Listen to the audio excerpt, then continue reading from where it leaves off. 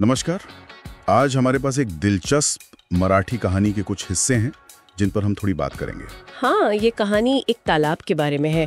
उसमें रंगीन मछलियाँ हैं और एक मेंढक भी है। अच्छा, मेंढक, उसका नाम भी है शायद।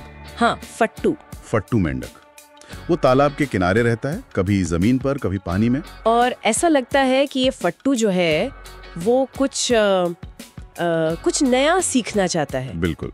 कहानी बताती है कि वो पहले एक सुनहरी मछली सोने के रंग की उसके पास गया और उससे पूछा।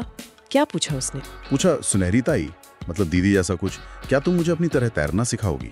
अच्छा, तो सीखने की इच्छा है। हाँ, और सुनहरी तो तैयार भी हो गई। बोली, क्यों नहीं, जरूर, तुम कल सुबह आ जाना।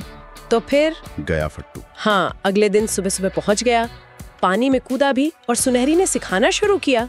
तो चलिए आज फट्टू के इस सफर को थोड़ा और करीब से देखते हैं, मतलब समझने की कोशिश करते हैं कि ये कहानी क्या कहती है। देखते हैं इसमें क्या खास में करता है। लेकिन शुरुआत तो अच्छी हुई, पर सुनने में आया कि कहानी में कुछ ट्विस्ट है। हाँ, ट्विस्ट तो है।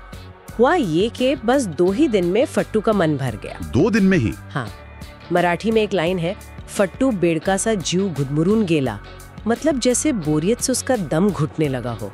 अरे, तो फिर क्या, वो सोचने लगा कौन उठे सुबह सुबह, कौन करे इतनी मेहनत। अच्छा, मतलब आलस आ गया। हाँ, और वो फिर सुनेही के पास गया ही नहीं सीखने। पहला अटेम्प्ट वहीं खत्म। ये तो गड़बड़ है। लेकिन कहानी यहीं खत्म नहीं हुई शायद। नहीं, कुछ दिन बीते। फट्टू ने आसमान में पक्षियों को देखा उड़ते हुए, और उसे भी उड़ने का मन कर गया। बिल्कुल। सोचा, अरे वाह, काश मैं भी उड़ पाता। तो इस बार किसके पास गया वो? इस बार तालाब के पास एक पेड़ था, उस पर एक गौरैया बैठी थी, चिमनी मराठी में। अच्छा, गौरैया। हाँ। तो उससे पूछा होगा। हाँ, पूछा, चिड़िया रानी, क्या तुम मुझे उड़ना सिखाओगी? और चिड़िया? वो भी मान गई। हाँ, वो भी मान गई। बोली, जरूर सिखाऊंगी, तुम भी कल सुबह आ जाना। ये तो फट्टू की किस्मत अच्छी है, सिखाने वाले मिल रहे हैं। सही बात है। तो फट्टू अगले दिन फिर गया। 2-3 दिन कोशिश भी की उड़ने की, मेढक और उड़ना।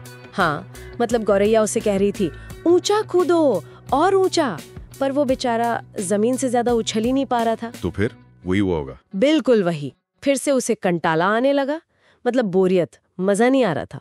शायद उसे लगा कि फटाफट सीख जाऊंगा, और जब नहीं हुआ तो? हाँ, शायद यही। नतीजा ये कि गौरैया तो सिखाने को तैयार थी, पर फट्टू फिर गया ही नहीं। ये तो एक जैसा पैटर्न हो गया, शुरू करना फिर छोड़ देना। हाँ, और यहीं पर ना गौरैया एक बहुत काम की बात कहती है, बहुत जरूरी। क्या कहती है गौरैया? वो कहती है कि कोई भी नया काम सीखने के लिए 3 चीजें चाहिए: कष्ट यानी मेहनत, सराव यानी अभ्यास, और फिर से अभ्यास यानी लगन।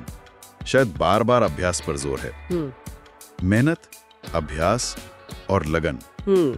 और फट्टू में शायद यही कमी थी। हाँ, कहानी में साफ लिखा है, फट्टू बेटकाला कष्ट करण्याची सवय नव्हती तो आळशी होता। मतलब उससे मेहनत की आदत नहीं थी, वो आलसी था। म्हणून तो काहीच शिकला नहीं, इसीलिए वो कुछ सीख ही नहीं पाया। तो मौके मिले, सिखाने वाले मिले, पर उसने खुद ही कोशिश छोड़ दी, आलस की वजह से। बिल्कुल।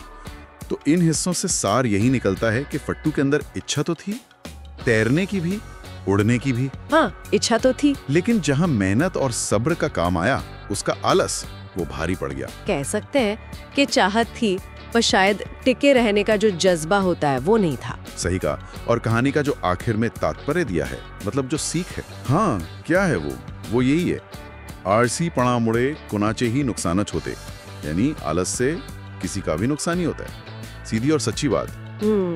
ये कहानी सोचने पे मजबूर करती है ना, कि कोई भी नई चीज सीखने के लिए सिर्फ इच्छा होना कितना काफी है। और उस इच्छा को असलियत बनाने के लिए जो रोज की मेहनत लगती है, जो अनुशासन चाहिए, हाँ, और जो कभी कभी बोरियत भी होती है, उसे झेलने की तैयारी, उसका कितना रोल है। क्या असली खेल इच्छा से ज्यादा उस लगन का है जो हमें रोज कोशिश करने पर मजबूर करती है? इस पर सोचा जा सकता है।